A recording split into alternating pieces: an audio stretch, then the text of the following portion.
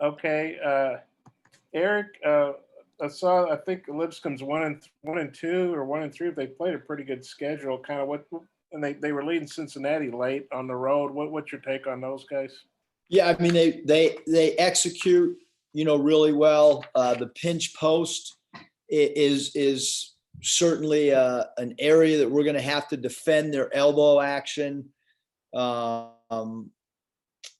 think that's going to be the main. We got to take away the three. They cut really hard. They back cut. It's going to be important that we take care of those areas. I still have to watch the Cincinnati game, but right now the pinch post is something they're really good from a half court execution standpoint. It looks like they got pretty balanced scoring too. I mean, three guys. I mean, nobody's averaging like 20 points, but they got three guys averaging double figures. Well, what do you think of their balance? Yeah, I mean, they're really balanced. Their big inside is not a good, but a phenomenal passer. So we're going to have to do, a really good job defending his passing. And he plays a center spot for him. And if we don't disrupt his vision from a passing standpoint, it really makes their offense run and click. So it's going to be important that we have really active hands, in defending him. You talked last night about seeing a lot of upsets, early in the year. Is this the kind of team that you kind of got to be wary of in that regard? Yeah, I mean, I just think every night with everything going on, it's not just college basketball. I mean, it's college football. There's just a lot of parity, so yeah, we gotta be ready to play for sure. Okay, I got some more, but I'll relinquish the mic or whatever you call it. Curtis. Hey, Coach, it looks like Lipscomb's also been playing a little bit shorthanded. They got two guys in KJ Johnson and Tommy Murr that were, I guess, 50-50. Maybe they'll come back. Maybe they won't against Cincinnati. They didn't. Maybe they'll be back for you guys. Maybe they won't. When there are two guys that are that valuable, but you don't know if they're going to play, how much do you weigh them in the scouting report? And do you worry about how that might affect the dynamic of their team if they do come back? Obviously if they come back, they're a better team, just because you're adding two pieces, Curtis, but I mean, we'll prep as if they're going to play. And I mean, they played Cincinnati about as good as you can play Cincinnati. So, up at halftime and till the last 7-8 minutes of the game. I mean, they were right there. So, we have to, like I said, we haven't started prep. We'll do that at 2:00 today and try to get ready for them.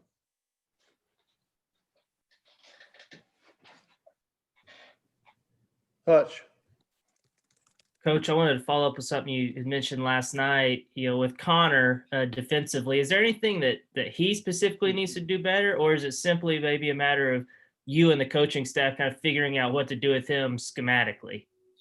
Yeah, I think probably, Andrew, a lot of it's matchups. I mean, we saw the game before where he played 30-plus minutes and had a big impact. And, I mean, the thing with Connor is just he's so good offensively, and he's really good defensively. I mean, the shot blocking and altering shots, so I think it's going to be a matchup thing. And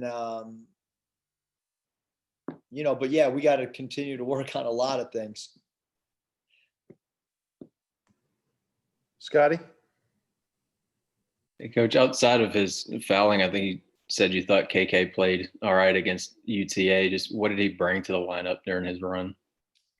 Yeah, I mean, I thought he hit a crucial three when the second team was, struggling.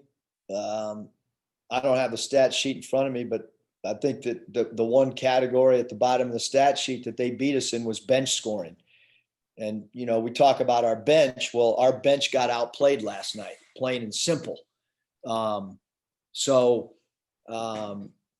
Again, I stated I was not happy with how we finished the game at all.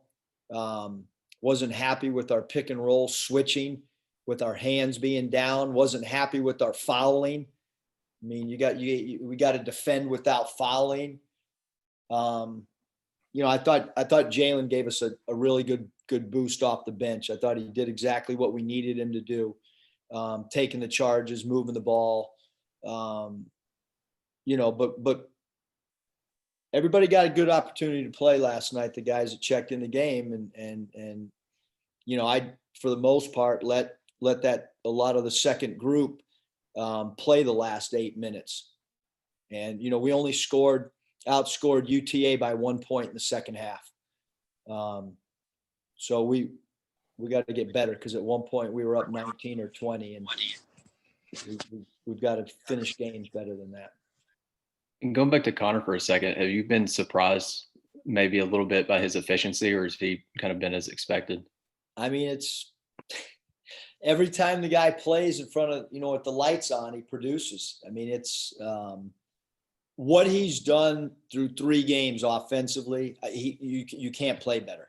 I mean, you can just look at the stat sheet. I mean, you can't put those numbers up and then have that efficiency from 3 and everywhere else. I mean, he's been incredibly, effective. Tom. Eric, what would you had liked to have seen offensively in the last 8 to 10 minutes to close it out? Better execution, better finishing around the rim. Those 2 things in particular. When you grab a defensive rebound and there's 5 defenders next to you, maybe kicking the ball out instead of throwing it up at the rim when it's got no chance to go in the basket, that might help. Last year I thought we were great at, not that we ever got many offensive rebounds, but the 1 or 2 that we got all year, we did a good job of spraying it out or kicking it back out. Last night, you got to kick the ball out when there's 10 arms between you and the basket. You can't just blindly throw a ball up there. So I guess, I don't know, Tom, you can tell I'm in a great mood about the last 10 minutes of the game. Nikki.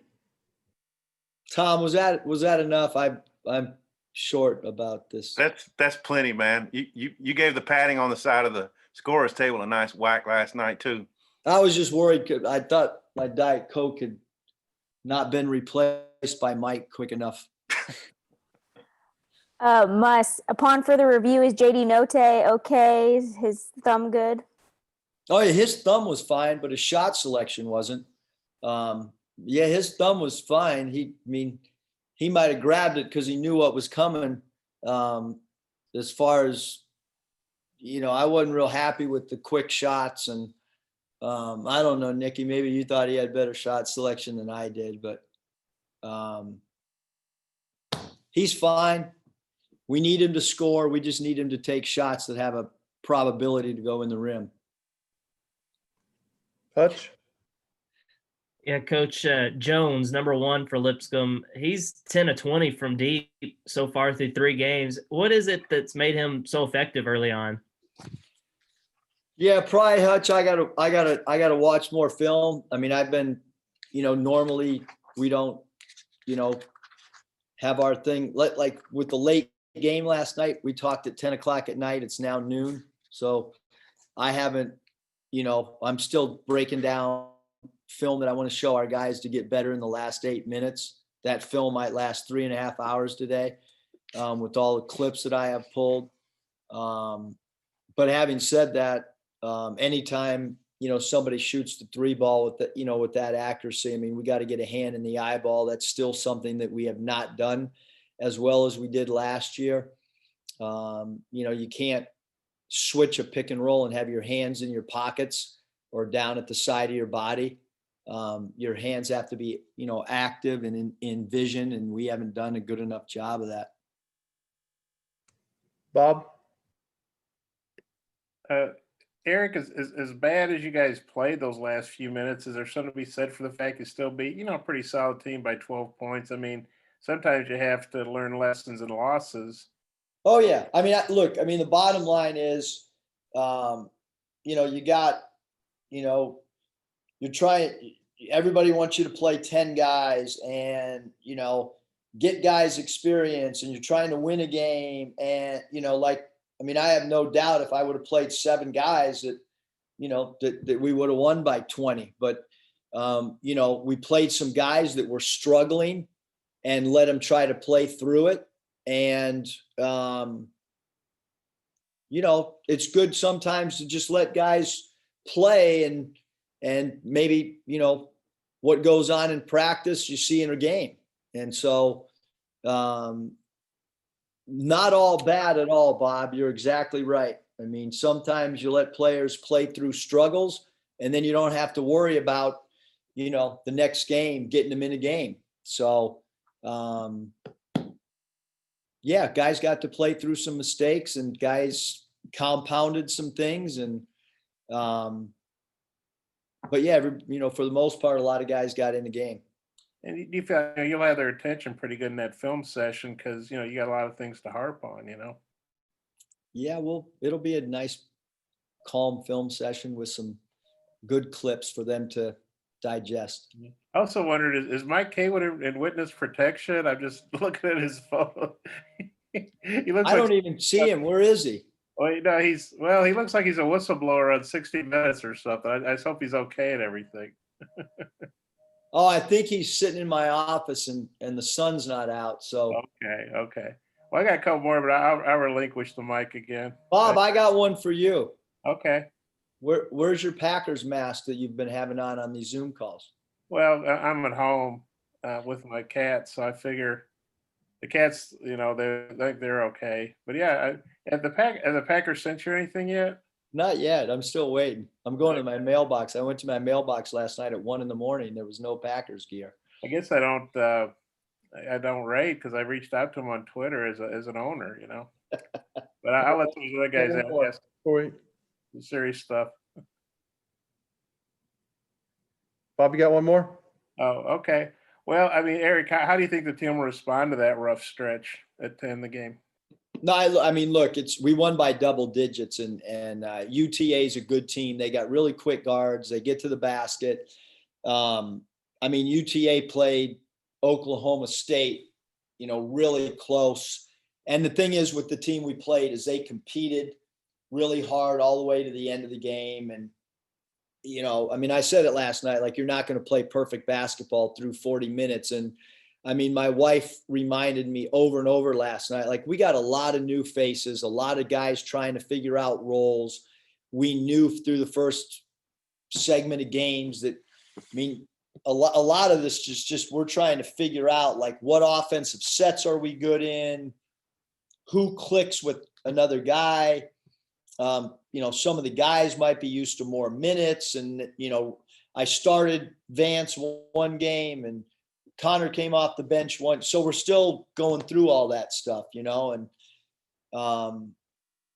we're a work in progress. So, but we'll be all right. Coach, appreciate your time. Thank you very much.